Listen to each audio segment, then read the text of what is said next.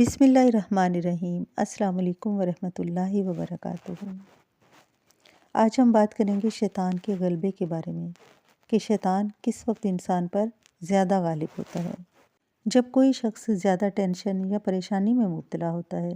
اس وقت وہ ذہنی طور پر کمزور ہو چکا ہوتا ہے، اور یہی وہ موقع ہے جس کی شیطان کو تلاش ہوتی ہے۔ وہ انسان کو یا تو گمراہ کرتا ہے یا گناہ کی طرف راغب کرتا ہے، پھر وہ اپنا تسلط جما کر جو مرضی کروا لے۔ دماغ میں اس طرح قابض ہو جاتا ہے کہ گناہ بھی گناہ نہیں لگتا، اور ایسے وقت میں ضرورت ہوتی ہے ایک ایسے کام کی جو ہمیں شیطان کے غلبے سے یا پریشانی سے نجات دلوائے۔ عزیز سامعین، وہ کیا کام ہے؟ وہ ہے وضو۔ جب بندہ اس کنڈیشن میں ہو تو وہ اٹھے اور اپنے آپ کو، چاہے وہ زبردستی ہی اپنے آپ کو وضو کی طرف لے کے جائے، کیونکہ اس کی ذہنی کیفیت آلموسٹ بدل چکی ہوتی ہے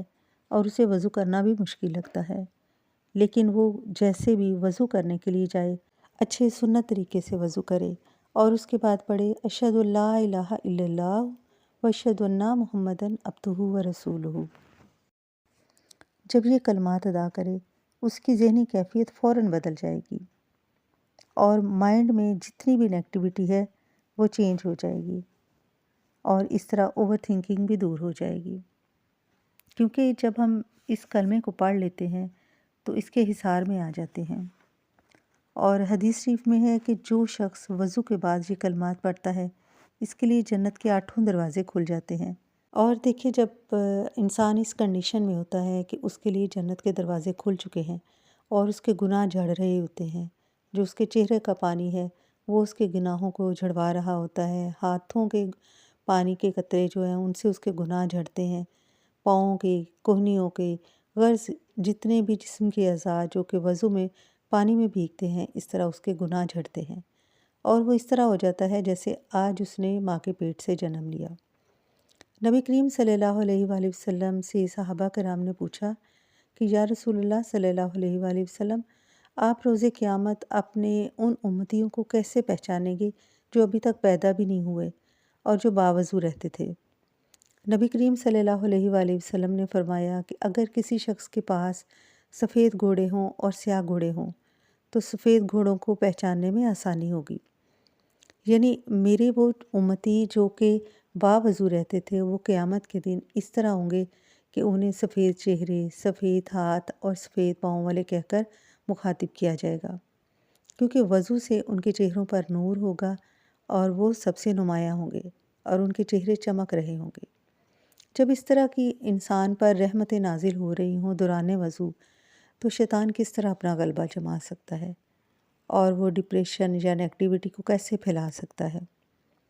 اور ایک جگہ پر نبی کریم صلی اللہ علیہ وآلہ وسلم نے فرمایا کہ جب انسان سوتے وقت وضو کرتا ہے تو ایک فرشتہ اس کے کپڑوں کے ساتھ لگ کر رات بسر کرتا ہے، اور جب بھی وہ شخص کروٹ بدلتا ہے تو وہ فرشتہ دعا کرتا ہے کہ اللہ اس کی مغفرت کر دے، اللہ اس کو بخش دے، اس پر اپنا رحم و فضل کر دے۔ اسی لیے کہا جاتا ہے کہ جب انسان سونے لگے تو وہ باوضو ہو کر سوئے، کیونکہ جب وہ شخص اگر رات کو سوتے ہوئے کہیں وفات پا جائے تو وہ جنتی ہوگا، کیونکہ ساری رات فرشتوں نے اس کے لیے دعا کی ہوتی ہے۔ اور اسی طرح وضو کرنے والے کے بارے میں فرمایا گیا ہے کہ جو شخص باوضو رہتا ہے اس کا رزق بڑھا دیا جاتا ہے۔ اب ایک صرف انسان کو باوضو رہنا اگر مشکل لگتا ہے تو دیکھیں کتنی نعمتوں سے محروم رہ جاتا ہے۔ پریشانیوں سے چھٹکارا اور شیطان کے غلبے سے چھٹکارا تو ہونا ہی ہے، دوسرا باوضو رہنے والے کو رزق ملتا ہے، باوضو رہنے والے کے لیے جنت کے 8 دروازے کھل جاتے ہیں، اور وہ نبی کریم صلی اللہ علیہ وآلہ وسلم کی شفاعت پاتا ہے، کیونکہ آپ صلی اللہ علیہ وآلہ وسلم اسے دور سے ہی پہچان لیں گے۔ اس طرح عزیز ساتھیوں، کوشش کرنی چاہیے کہ اپنی زندگی میں طہارت کو شامل کریں، باوضو رہیں، تاکہ ہم دنیاوی اور تمام معاملات میں پریشانیوں سے بچے رہیں۔ اللہ تعالیٰ آپ سب کا حامی و ناصر ہو، آمین یا رب العالمین۔